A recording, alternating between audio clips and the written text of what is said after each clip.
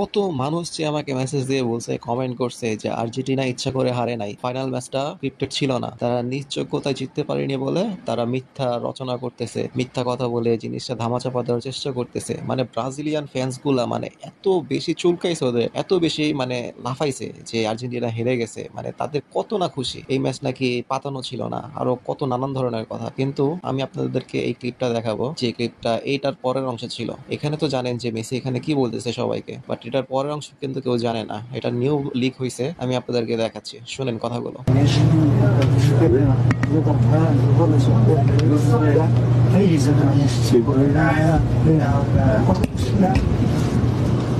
Literally এখানে Messi সবাইকে উদ্দেশ্য করে বলতেছে যে আমাদের দুটো ইনজুরি দরকার, দুটো ইনজুরি হওয়া লাগবে, আজকের ম্যাচটা কোনোভাবে জেতা যাবে না, একদমই না। And guess what happened next?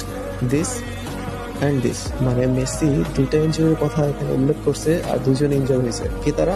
Lisandro and Romero. এর চেয়ে ক্লিয়ার ফুটেজ বা এভিডেন্স আমার মনে হয় না আর দরকার আছে বা দরকার পড়বে। এরপরও যারা বিশ্বাস করবে না, যারা অযথা অহেতু কারণ বের করার ট্রাই করবে, বিশ্বাস করবে না, সেটা তাদের নিজস্ব ব্যাপার, আমার আর এখানে কিচ্ছু বলার নেই। আমার একটাই রিকোয়েস্ট আর্জেন্টিনা ফ্যানদের কাছে, যে এই ভিডিওটা যত পারেন শেয়ার করেন, যত পারেন লাইক করেন, যাতে এই ভিডিওটা সবার কাছে যায়। আর কেউ যদি চান যে এই ভিডিওটা ডাউনলোড করে আপনারা নিজেরা বানাবেন ক্লিপটা নিয়ে, কোনো দরকার নাই, আমাকে ইনবক্স করবেন, আমি আপনাকে ক্লিপটা দিয়ে দিব। বাট ডাউনলোড করে ইউজ করতে পারেন, আমার কোনো আপত্তি নাই। আমি চাই শুধু এই ভিডিওটা সবাই দেখুক, সবাই জানা। ভালো থাকবেন সবাই, আল্লাহ হাফেজ।